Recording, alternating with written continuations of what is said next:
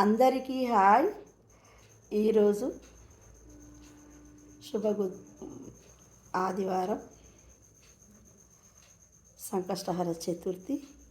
నేను సాయంత్రం సమయంలో మరి ఆ గణనాథుని పూజ చేసుకున్న మనస్ఫూర్తిగా.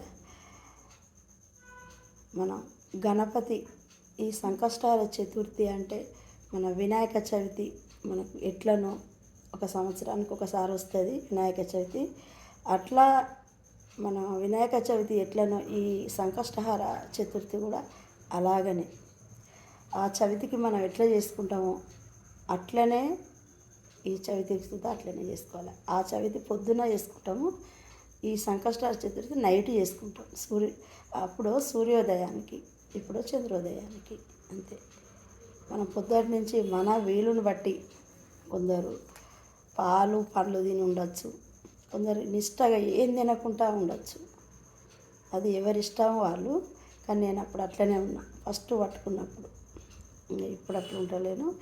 నీళ్ళు తాగుతా, పండ్లు తింటాను సాయంత్రం వరకు.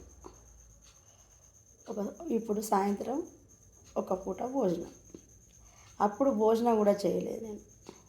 ఒక 21 నెల పట్టుకున్నా, అట్లా నిష్టగా ఉన్నా ఇక.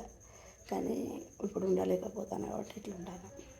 ఎట్లా ఉన్నది అన్నది కాదు, మనకు భక్తి ముఖ్యం.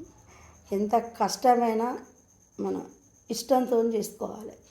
అప్పుడే మరి ఆ గౌరీ తనయుడు మన అందునుంటాడు, మన కుటుంబం వెంట, మన అందరి వెంట ఉంటాడు.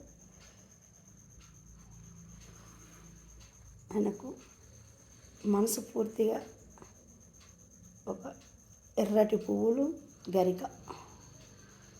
ఆయనకు ఎప్పుడైనా ఆయనకు మందార పుష్పాలు బాగా.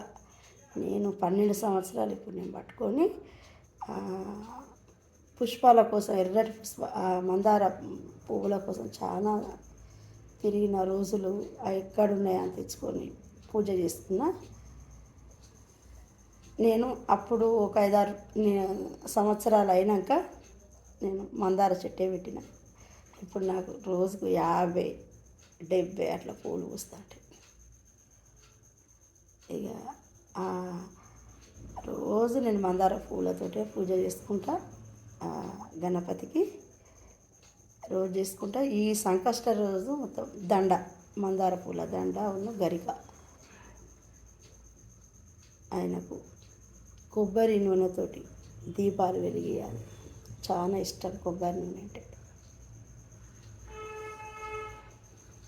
ఇవి ఏదైనా ఆయనకు మనసు పూర్తిగా మరి ఆ గౌరీ తనయుని మనం సంకల్పంతో మంచి మనస్సు ఆయన మీద పెట్టి ధ్యానించుకుంటే మరి ఆ గణనాథుడు మన వెంట ఉంటాడు, మన కుటుంబం వెంట, అందరి వెంట ఉంటాడు.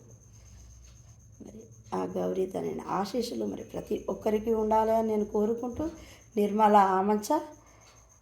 ఓం గం గణపతే నమః. ఓం గం గణపతే నమః. ఓం గం గణపతే నమః.